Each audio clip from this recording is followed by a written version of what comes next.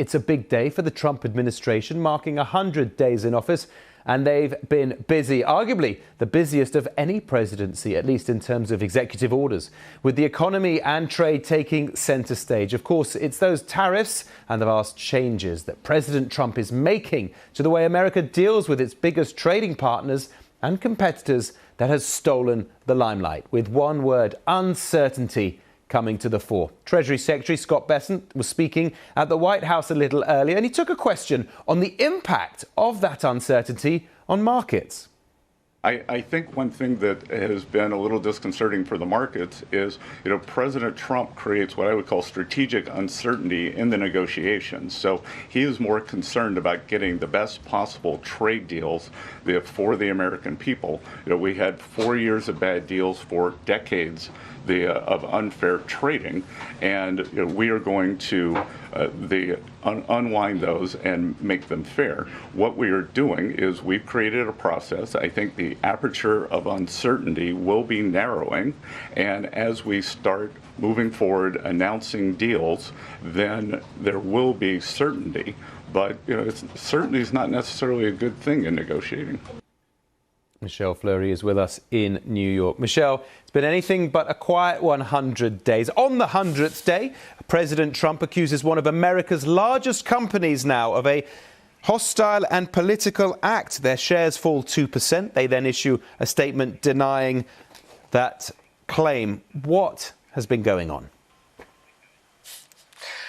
Exactly as you described it. There was a report from the US newsletter Punchbowl basically suggesting that Amazon was considering posting the import duties next to the product's list price. This led to sharp criticism from White House Press Secretary Carolyn Leavitt, who called it a hostile and political act and said that Amazon was working with Beijing. Then finally we got a statement from the company, not directly to the BBC, but other media sources have been able to get a statement from the company in which they dismissed the report, saying that they had never planned to do this on their main site, but that they did consider it for their ultra-low-cost app, something called Amazon Haul, where goods sell for under $20, but that was never approved and certainly will not go forward. So a bit of a back and forth, but it sends a chilling message, and I think it highlights some of the tension we have seen which exists between the business community and the White House currently, in part driven by Donald Trump's trade agenda. And if you look in the case of Amazon, obviously these 145% tariff on goods coming in from China, that will have a big impact on many of their sellers. And Scott Besson, we've seen in that clip, suggests that the tariff chaos reflected on the financial markets was intentional and that it would help secure trade deals. Any evidence that's working? I think, we heard that India and Korea might be the first across the finish line. Obviously, we'll have to wait and see the fine print on that one.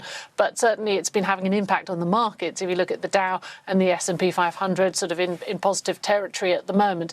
I think, as you reflect back on the first 100 days, I was speaking earlier to Stephen Moore. He's a visiting fellow at the Heritage Foundation. He's also an outside advisor to President Trump. And I put it to him that, look, these trade policies, there was a lot of euphoria when Trump was elected because of sort of hopes for deregulation and tax cuts. But now these trade wars are sort of hurting growth. Here's what he had to say. That's the worry. No question about it. The economy has slowed down in the wake of these tariffs. A lot of the manufacturing has really come to a standstill as they try to figure out where the tariffs are headed and how fast this is going to be resolved. I would simply say that, Trump's line is something that I think, a lot of Americans agree with, that this is short-term pain, and there's no question there's been pain, but long-term better trade deals are in the interest of the United States and every other country. But again, if we can reorient our tax system towards, higher taxes on things that are produced outside the United States, but lower taxes on things made in the United States, that could be something that would be very good for blue-collar America. And let's not forget, those are the voters who voted Trump into office. A lot to cover here, Michelle. One of the other things that they said about Amazon that they accused them of doing was partnering with a Chinese arm. The message seems to have been over the last 100 days, buy American, snub China.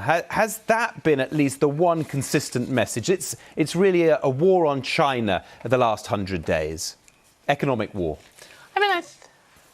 I think that is the big question, is how serious and how much. I mean, we know there are lots of conflicting things driving the trade war in terms of their ambitions and their goals, but one constant does seem to be sort of the animosity that exists when it comes to China.